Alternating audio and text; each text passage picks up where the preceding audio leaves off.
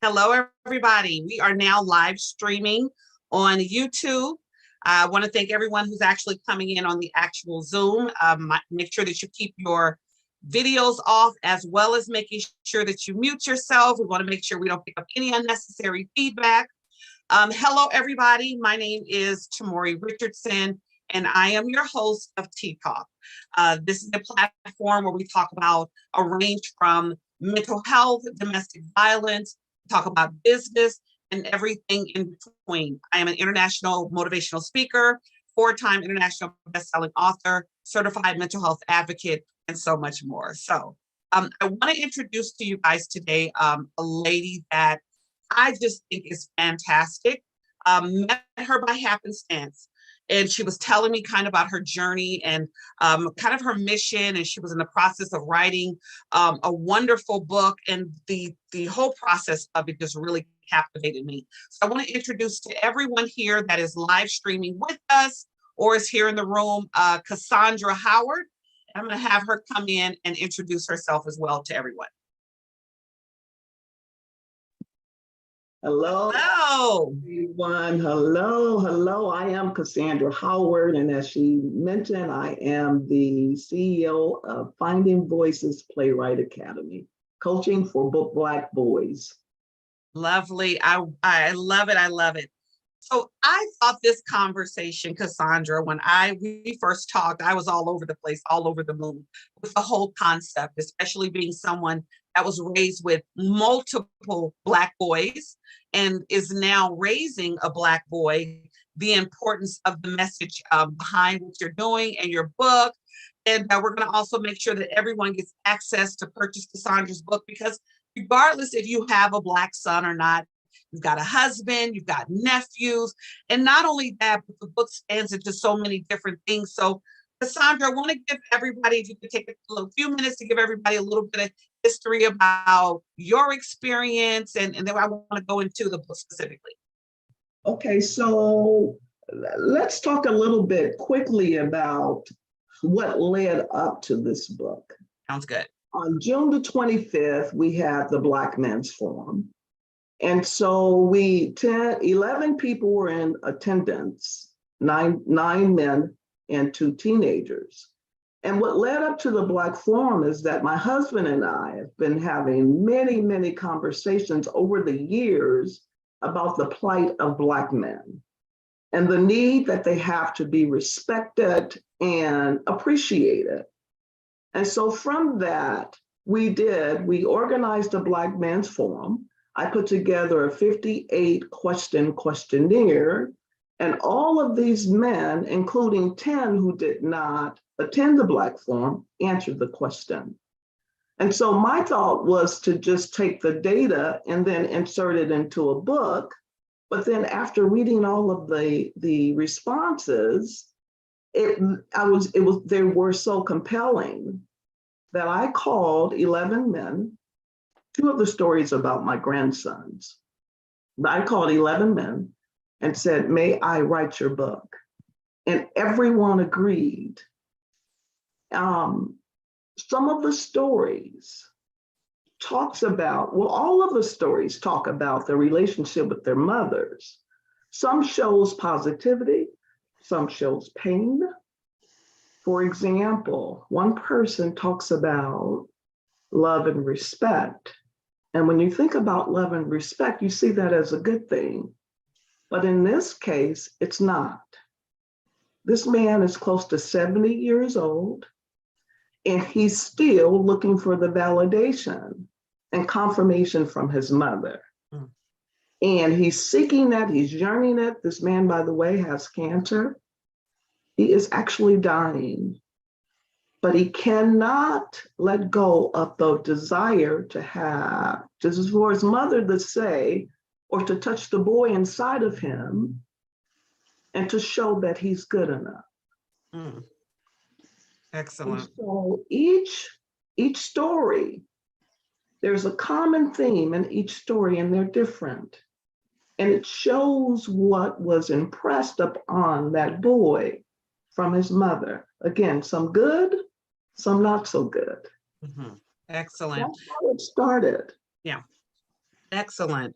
Well, one of the questions that I wanted to ask you, because I think one of the things that I thought was wonderful about the title and breaking the generational curse, and I want to, get into when we're talking about mothers and sons, we understand the importance of especially Black men having mothers that are really making sure that they're toting the line, because you love and treat your son is how he's going to love and treat another woman.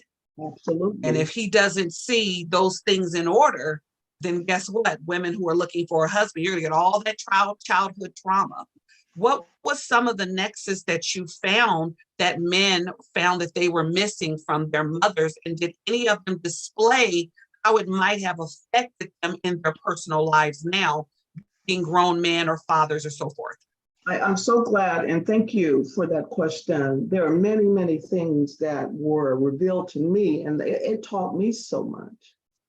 One of the things is that some of our mothers are psychologically married to their sons. Mm, how about that? For example, there's a person that the mother depended on him. And now this person, let me just be transparent. This person happens to be my brother who passed this year. And our mother was so dependent upon him to fulfill things like pay insurance, like such and such, they're behind in their rent, so we need you to pay the rent.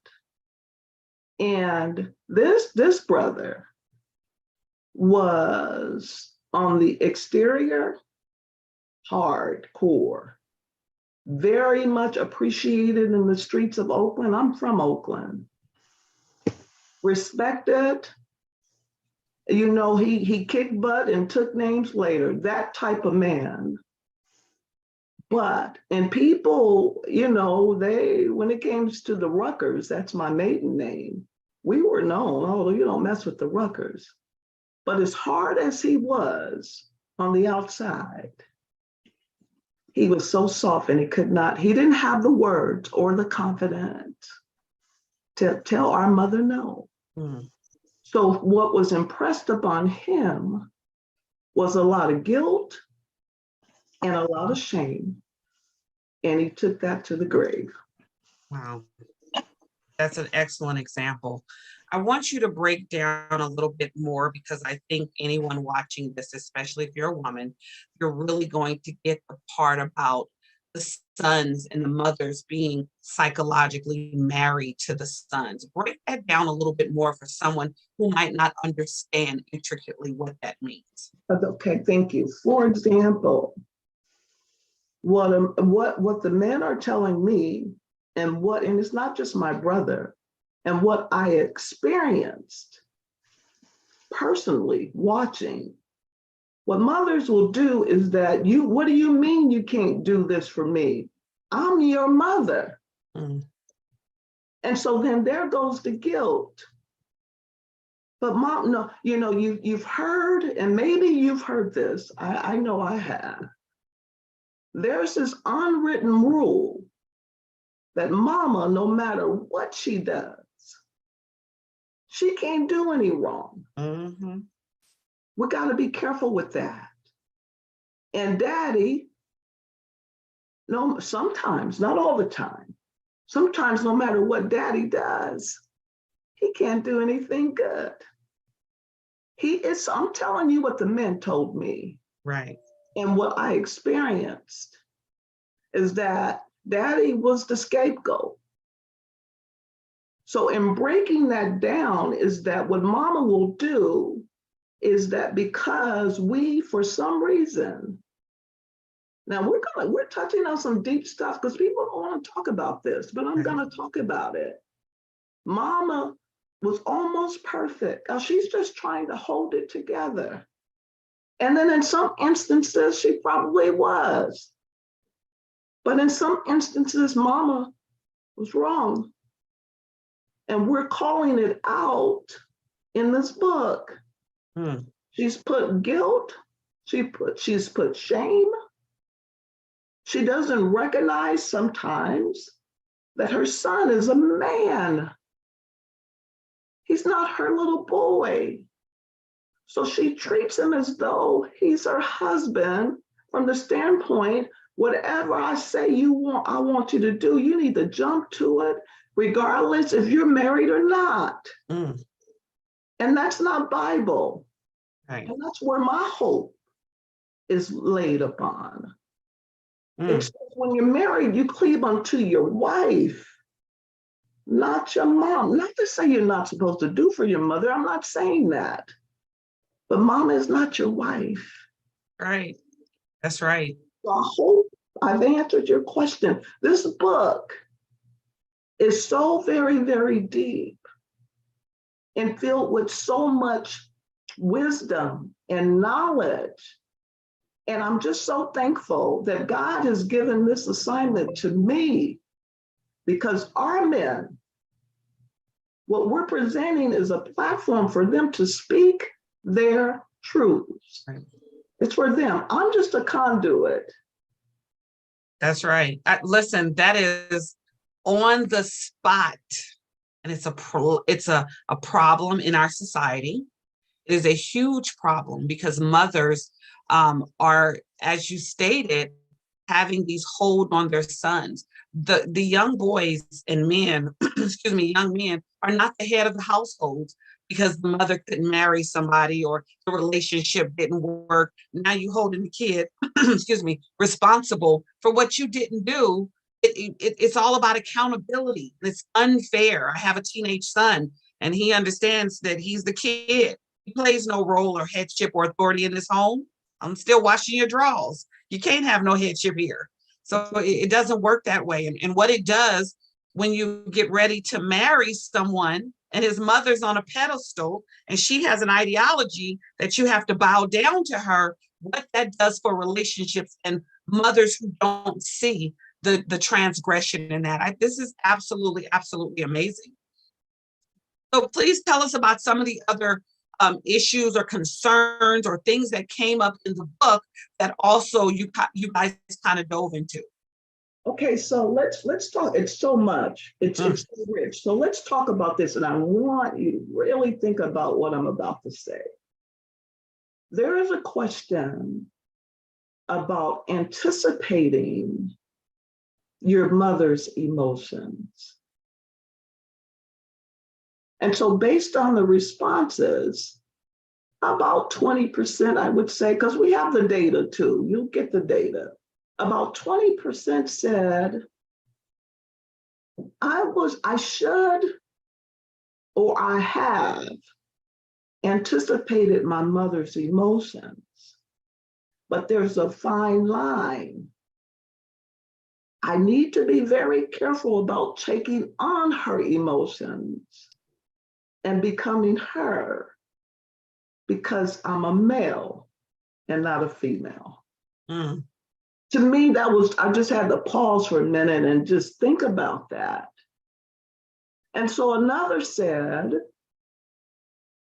my mother has taught me, has been a great example of how to treat and how to interact with women.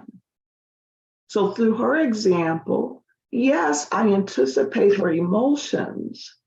I try to understand what her needs are and some of her wants so that I can fulfill them as a son, but not as her husband. Excellent. Because there's a difference. There's a huge difference. See, men, the Bible is very clear about the order of things. And men, and hear me out on this, they are the head. It doesn't mean that they have the foot on our neck and we submit to their every beck and call. That's not it. What it means is that too many of our men, they're not respected. So we get, let me just be transparent, because that's the only way Cassandra knows how to roll. We get our good jobs, thank God. We may even get our homes and our cars, that's a blessing. But then we say, and it's okay if you don't want to be married, that's fine, that's your option. But then we say we don't need a man. But then if we have a man, he's got to do this, and this. And then when it comes to you, well, what are you going to bring? Well, I don't have to do anything. He should be happy just because he got me. Right, right. Again, that's not Bible. And see, in my house, and people tease me about this, and that's okay. You know, again, I am who I am. I'm really trying to please the Lord ultimately. But in our house, there's an order. My husband is the head. He's my king. And I mean that just not in words. I respect that man. And honestly, I would not be doing any of this had it not been for God first, me being obedient, and with my husband's support. He has opened my eyes to understand, help me understand men more and their place. Now, there are things that I'm just better at than him. And so for the benefit of our family, I do those things. Mm-hmm. No, I do have a say so. I'm a strong-willed woman, but I do it as much as I can out of respect for him. Sure. So I hope I answered your question. There's just so much, there's so much. I'm telling you, I'm reading these stories and we're at the end. It's over at the editor. And I'm just reading these stories and sometimes I just go, Lord, have mercy. Yeah. Yeah. No wonder. Right. I get it. You absolutely did answer my question. You know, I think there's layers. And I grew up very religious. I grew up in organized religion that the man was the head of the household, the head of the congregation was Christ. But, you know, there's layers to it. If a man is not taught how to assume that responsibility, if he's not taught, because that's what the mother does. Like the father can teach him certain aspects, the mother teach him the nurturing, the love, and how to be considerate and kind and all those different things. If he doesn't know those things, then it's often hard for him to assert headship. And if he's the man of the house at 12 and he's not accurate, he doesn't know how to function in headship. He does not. And thank you for bringing that up. That's one of the questions we ask the men and the two teenagers. Were you ever told that you were the man of the household? Over 30% said yes. So what was your thought process when you were told that? I'm thinking that's a good thing, that they feel empowered. Well, think again. Yeah. It brought about some anxiety, especially if, because they were 6, 10, 14, 17, and I think 15. But let's talk about the 6-year-old and the 10-year-old. The 6-year-old said, well, what were your thoughts? Well, I had to do what I had to do. What does a 6-year-old know about being a man? He's just a boy. 10-year-old, what were your thoughts? You better not make a mistake. So we got these boys. Let me repeat this because it's worth repeating. The boy, he's 6 or 10. He's growing up in the inner cities where I grew up in Oakland, for example. Now, my father was in the house, but let's talk about the boy. He's being raised by a single parent household, a mother. I raised my girls as a single parent. No put downs for that. Mama's having problems maintaining the bare necessities. Daddy's not around. There are no Black male role models positive to help usher him into manhood. Right. Where do you think he's going to go? The He's streets. going to the streets. And then this notion about big boys don't cry. So he's told, you're the man. He's 6, he's 10, he's 14, he's 15, he's 17.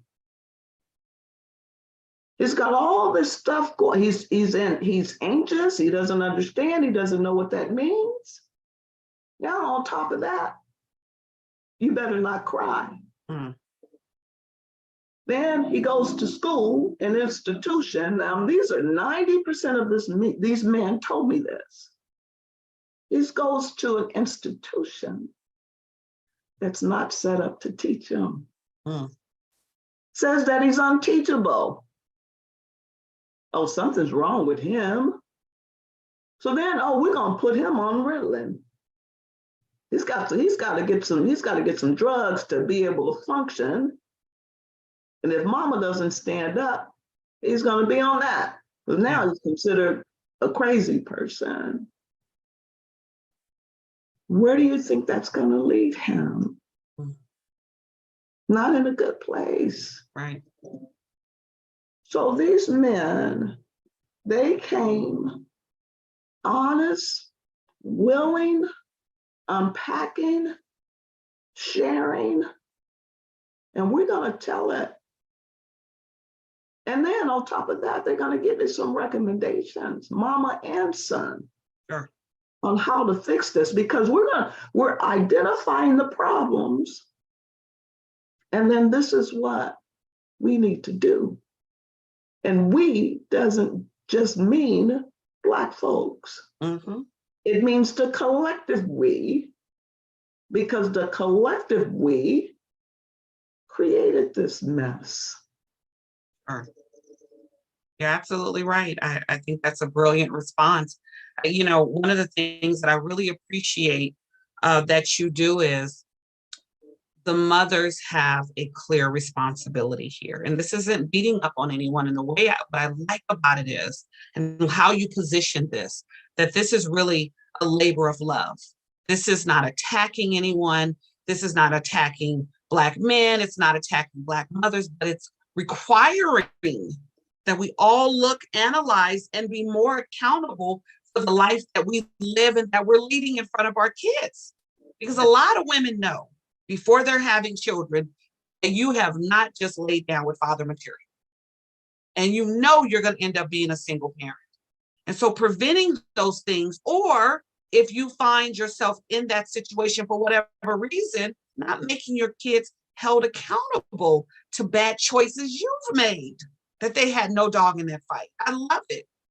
This book is brilliant. I mean, these men and the boys, they have spoken their truths. No filters. We provided a safe place for them to speak. And it is my prayer and my hope that who's ever reading this book will take heed to some of the wisdom, the advice, the recommendations. Take action. We want some action to make a difference. We're losing our boy. 1 out of every 3rd boy, 3 boys, will end up in prison. This is not good. Now I got girls. That's cool. But they're all of our kids. That's right. And I have 2 grandsons.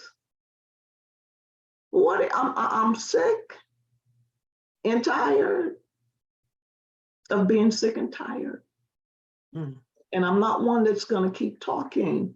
So we're just touching the surface. Right. You're right. This is just the beginning. I don't know where God is going to lead this, but I'm going to remain obedient. I'm going to remain humble, but I'm going to be saying some things through these men. And keep in mind, in February, we're doing another one. Excellent. In this one, we're going to talk about the boys and their relationship with their daddies. Mm, So that's a good one. series of books. Yeah, We're going to break this thing down. And whoever shows up, that's who we're going to use. And excellent. those two, I'm already claiming it. All of those books will be another bestseller. You know why? Because God is leading this. Excellent. Wonderful.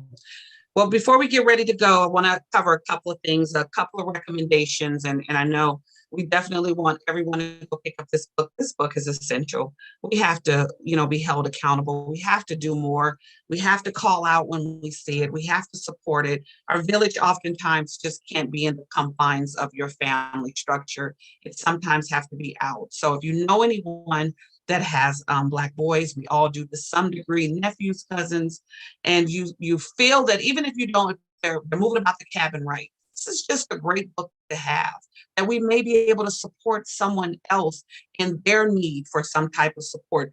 Do you have any quick, Cassandra, recommendations for mothers? I want everyone to go pick up a copy of this book, but just a few recommendations if they find themselves in this role of being psychologically married to their sons. Sit down with their sons. And my husband tells me, again, he helps me along this journey. Don't necessarily ask them how they feel. Ask them about their thought process.